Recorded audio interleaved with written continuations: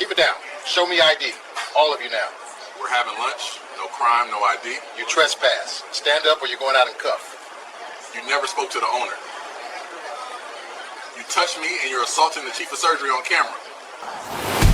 The security footage from Miller's Post would eventually be viewed by over 12 million people, but on that Tuesday afternoon, the only eyes watching Dr. Marcus Thorne were those of a predator waiting for a reason to strike. Marcus, the 58-year-old chief of surgery at St. Jude's Medical Center, adjusted the cuffs of his bespoke charcoal suit as he held the door open for his wife, Elena. At 55, Elena Thorne carried herself with the effortless grace of a university dean, her silver-streaked hair pulled back in an elegant bun that commanded respect in any boardroom in the city. Following them was Marcus's younger brother, David, a 45-year-old architect who had just flown in from Chicago to celebrate the completion of the city's new library annex, a project he had spearheaded. They were the picture of American success, a black family who had worked twice as hard to get half as far and finally arrived at the summit. Miller's Post was an institution in the city, the kind of place with mahogany booths, brass railings, and servers who had worked the floor for 30 years. It was the lunch spot for judges, city council members, and the captains of industry. The Thornes were regulars. Frank Miller, the owner, usually greeted them personally, but he was back in the kitchen supervising the lunch rush. The hostess, a kindly woman named Sarah, smiled broadly as she led them to their favorite booth number 4, a semicircular table by the window that offered a view of the busy downtown street. They sat down, laughter already bubbling up between them as David recounted a story about the ribbon-cutting ceremony. They ordered sparkling water and a bottle of Pinot Noir for the table, settling in for a long, celebratory lunch. However, in the far corner of the restaurant, sitting alone in a booth that faced the entrance, was Officer Kyle Braden. At 29 years old, Braden was 5 years into his career with the city police department, and he wore his uniform like a costume of authority that didn't quite fit. He had a reputation in the precinct, though not the kind officers bragged about. He was known for being jumpy, for escalating minor traffic stops into shouting matches, and for having a distinct chip on his shoulder regarding anyone he felt didn't show him immediate deference. He was eating a club sandwich, but his eyes were fixed on the Thornes. He watched the way Marcus laughed, a deep baritone that carried slightly over the hum of the restaurant. He watched the way the waiter poured their wine. He watched the way they existed in the space with total confidence, as if they owned it. To a man like Braden, whose authority was the only thing that gave him a sense of worth, their confidence looked like arrogance. It looked like a challenge. Braden wiped his mouth with a napkin, his eyes narrowing. He didn't see a surgeon who saved lives or a dean who shaped minds. He saw 3 black people in a high-end establishment making what he decided was too much noise. He saw a disruption. He saw a target. The lunch rush was in full swing, with lawyers and businessmen chattering at surrounding tables, the ambient noise level moderate and cheerful. But in Braden's mind, the laughter from Booth 4 was distinct. It was grating. He convinced himself that other patrons were uncomfortable despite the fact that no one had looked over, no one had complained, and the table nearest to the Thornes was actually smiling along with their joy. Braden stood up, adjusting his duty belt. He pulled his uniform shirt down tight, rolled his shoulders, and began the long walk across the dining room floor. He wasn't responding to a call. He wasn't witnessing a crime. He was hunting. The waitress, a woman named Patricia, who had served the Thornes for a decade, was just placing a basket of warm sourdough bread on the table when a shadow fell over the booth. The laughter died instantly. Marcus looked up, a smile still lingering on his face, expecting perhaps a friend or a colleague coming to say hello. Instead, he found himself looking into the flat, unblinking eyes of Officer Braden. The officer stood with his feet shoulder-width apart, his thumbs hooked into his vest, looming over the seated family. The silence that descended on the table was heavy, immediate, and confusing. "Can we help you, officer?" Marcus asked, his voice polite, the voice of a man accustomed to speaking to professionals. "You can keep it down," Braden said, his voice loud enough to carry to the surrounding tables. "I can hear you all the way across the restaurant. You're causing a disturbance." David frowned, looking around the bustling diner. "A disturbance. We're having lunch. We're celebrating. I don't think we're being any louder than the table over there." He gestured slightly to a group of 4 men in suits who were loudly debating sports scores a few feet away. Braden didn't look at the other table. He didn't look at Patricia, the waitress, who was standing there with the bread basket looking horrified. He locked eyes with Marcus. "I'm not talking to them. I'm talking to you. I've been watching you for 10 minutes. You're loud, you're boisterous, and you're making people uncomfortable. I need you to lower your voices or I'm going to have to ask you to leave." Elena placed a calming hand on Marcus's forearm. She had dealt with campus security and student protests. She knew how to de-escalate. "Officer, I apologize if our laughter annoyed you personally, but surely this is a misunderstanding. We are regulars here. We certainly don't want to disturb anyone." "It's not about what I feel, ma'am." Braden snapped the ma'am, dripping with sarcasm. "It's about the law. Disorderly conduct includes making unreasonable noise. Now I'm going to need to see some identification from all of you." Marcus stiffened. The request was absurd.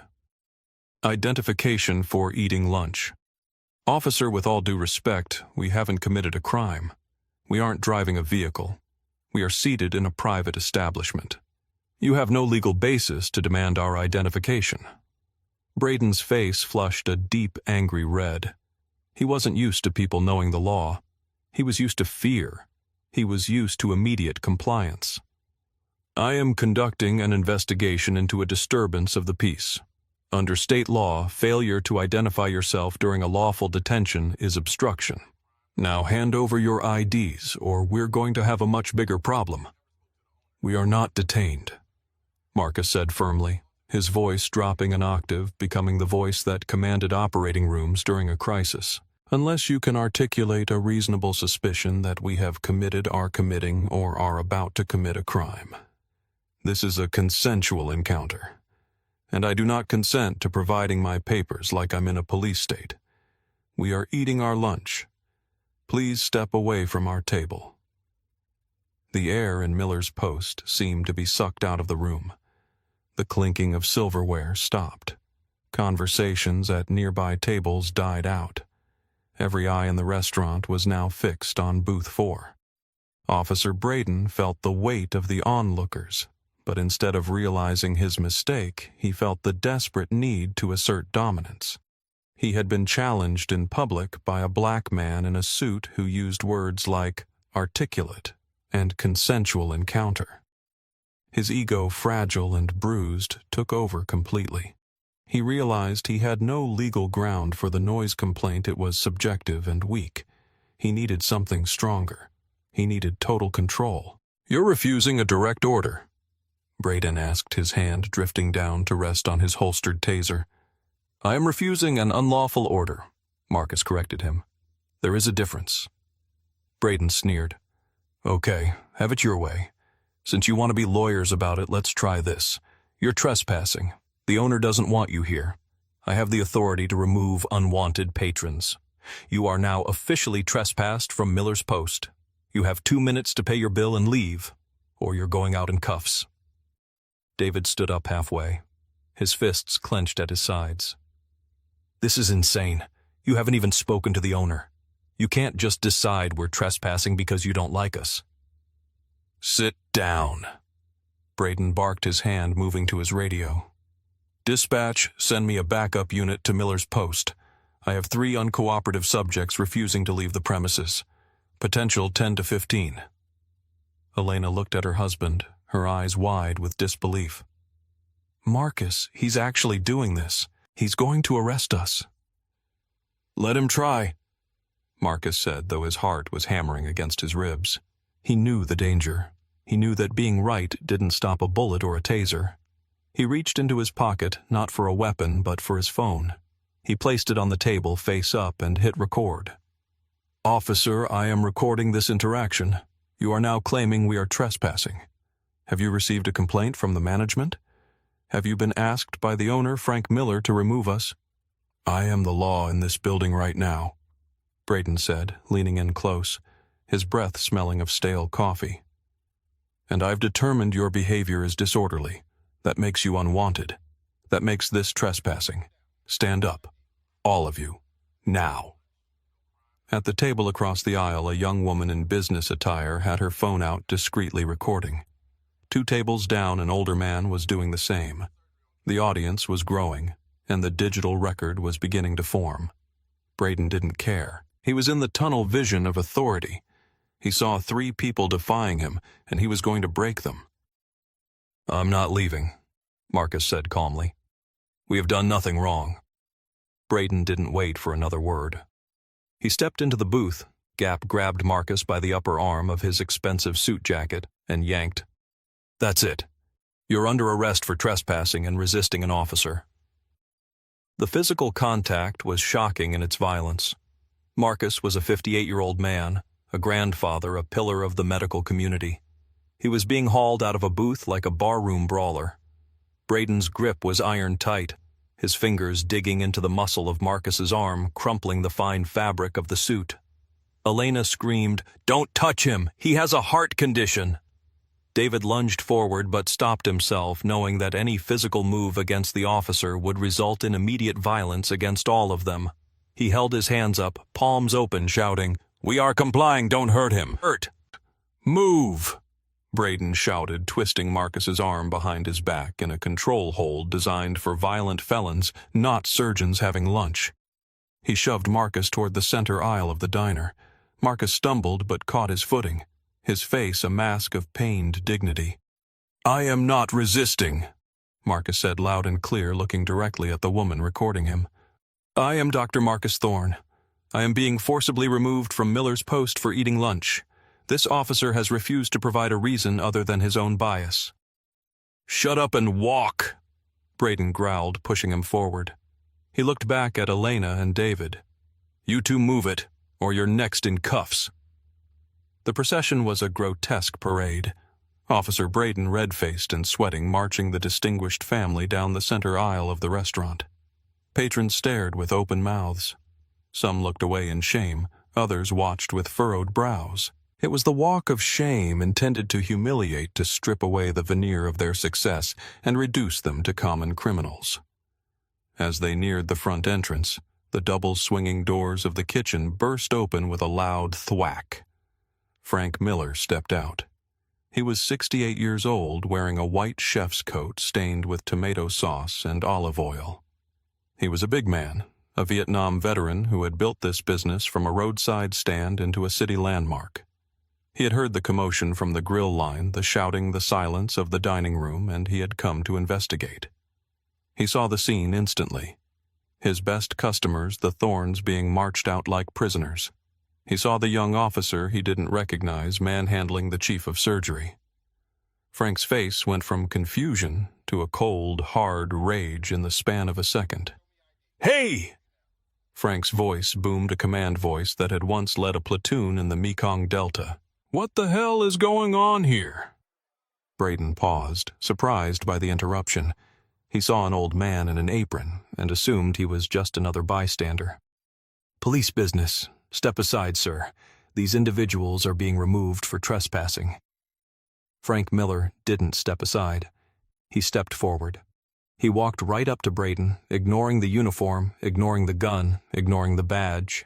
He planted his feet between the officer and the door, blocking the exit with his own body. Trespassing. Frank spat the word out like it was poison. Trespassing on whose property? This establishment, Braden said, trying to regain his momentum. Now move or you'll be charged with obstruction. I own this establishment, Frank said, his voice dropping to a dangerous growl. These people are my guests. They are my friends, and you, son, are the only one trespassing right now. The power dynamic in the room shifted instantly. Officer Braden blinked his brain, trying to process this new information. The trespass charge relied entirely on the premise that the business owner wanted the people gone. Now the owner was standing 3 feet away defending them. But Braden was too deep in the adrenaline of the arrest. To back down now would be a humiliation he couldn't stomach. He doubled down on his authority. "It doesn't matter who you are," Braden said, his hand tightening on Marcus's arm. "I've determined they are a disturbance. I've given a lawful order. You need to get out of my way." "Let him go," Frank said. He didn't shout it. He said it with the quiet intensity of a man who had seen things Braden couldn't imagine. "Dr. Thorne is a respected member of this community. You are making a mistake that is going to cost you your badge, son. Look around you. Look at the cameras.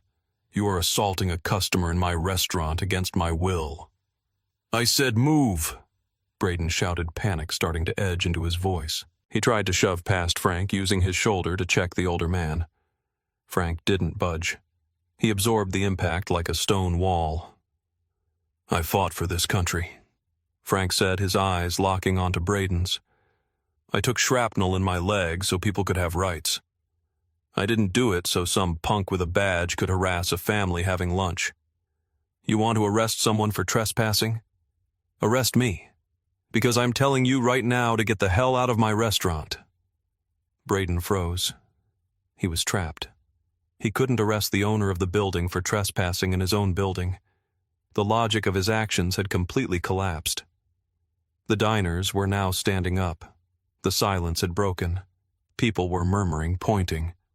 "That's Frank Miller," someone said. "Leave them alone," another voice shouted from the back. The front door opened and the bells jingled cheerfully, a stark contrast to the tension in the room. Sergeant Reynolds walked in, responding to the backup call. He was a veteran officer, gray-haired, calm, the kind of cop who de-escalated situations just by showing up. He expected to find a brawl or a drunk patron. Instead, he found his junior officer red-faced and shaking, holding a man in a suit blocked by the furious owner of the diner. "Officer Braden," Sergeant Reynolds said, his voice cutting through the noise. "Release that man." "Sarge, I have a situation," Braden stammered, though he let go of Marcus's arm. Marcus stepped back, straightening his jacket, checking his cufflinks. "They were disorderly, resisting. The owner is obstructing." Reynolds looked at Frank Miller. He knew Frank. Everyone knew Frank. He looked at Marcus Thorne. He narrowed his eyes. Is that Dr. Thorne?" "Yes, Sergeant," Marcus said, his voice regaining its composure, though his hands were trembling slightly from the adrenaline. "It is." Frank Miller stepped forward, pointing a finger at Braden. "This officer came into my place, harassed my best customers, assaulted the doctor, and tried to tell me who I can serve in my own restaurant. I want him out. Now." Sergeant Reynolds looked at Braden. The disappointment in his eyes was worse than anger. He looked at the cell phones recording from every angle. He looked at the distinguished black family standing with dignity despite the humiliation. He knew instantly that the department was in a catastrophe. "Braden, go to the car," Reynolds said quietly. "But Sarge, the resisting charge, go to the car." Reynolds barked a command that brooked no argument. "Give me your body cam, now." Braden slowly unclipped the camera from his chest. He handed it to the sergeant. He looked at Marcus, then at Frank. He tried to muster a look of defiance, but he just looked young and foolish. He walked out the door, the bell jingling behind him, into the bright afternoon sun that felt like a spotlight on his failure. Reynolds turned to the group. He took off his hat. "Dr. Thorne, Mr. Miller, I don't even know where to start. I apologize. This should never have happened." Marcus took a deep breath. He adjusted his tie. "Sergeant, do you know who I operated on 2 months ago?" Reynolds nodded slowly. "The mayor's wife. The emergency bypass." "That's right," Marcus said. "I held her heart in my hands for 4 hours. I saved her life. And today your officer treated me like a criminal because I was laughing while black. I want his name. I want his badge number. And I want the name of your watch commander." "You'll have everything, Doctor," Reynolds said. "I'll write it down personally." And I want copies of those videos, Marcus said, pointing to the patrons. Everyone who recorded this. Please, if you have footage, don't delete it. We're going to need it. You won't have to ask twice, the woman at the next table said, standing up. I've already uploaded it to the cloud. It's not going anywhere. Frank Miller put a hand on Marcus's shoulder. Lunch is on the house, Marcus. For the rest of the year. I am so sorry. It's not your fault, Frank, Elena said, her voice shaking as the shock began to set in. Thank you for standing up. Thank you for not letting him take us. The video hit the internet at 2 p.m. By the 5 p.m. news, it had 3 million views. The image of Frank Miller, the white Vietnam veteran in his apron, blocking the door to protect the black surgeon from the police, became an instant icon of solidarity. But the audio was what damned Officer Braden. His sneering tone, his inability to articulate a crime, his shift to the trespassing lie. It was a textbook example of abuse of power. The lawsuit was filed 48 hours later. It was a masterpiece of civil rights litigation.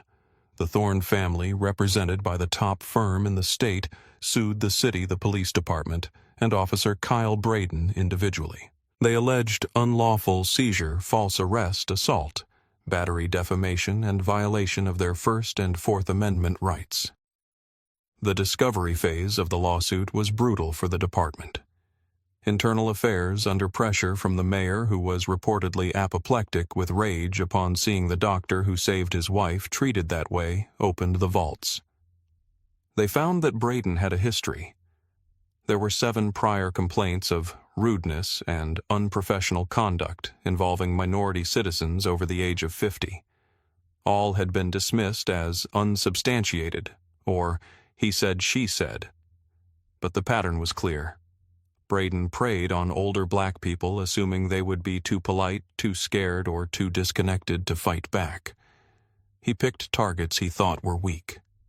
He never imagined he would pick a fight with the chief of surgery in front of a war hero. The deposition of Officer Braden was humiliated. Under oath, he was forced to admit that the noise he heard was just laughter. He was forced to admit he had no statement from the owner. He was forced to watch the video of himself manhandling a 58-year-old man and explain exactly what threat Marcus Thorne posed. He couldn't. He crumbled. The city attorney knew the case was unwinnable. A jury would destroy them. The visual of the Miller's Post incident was too powerful. It touched on every nerve of the American conscience, the sanctity of private property, the respect due to elders, the danger of unchecked police authority, and the enduring stain of racism. 8 months after the incident, the settlement was announced. The city agreed to pay the Thorne family $2.0 million. It was one of the largest settlements for a non-lethal police misconduct case in the state's history. But the money was secondary to the terms the Thornes demanded.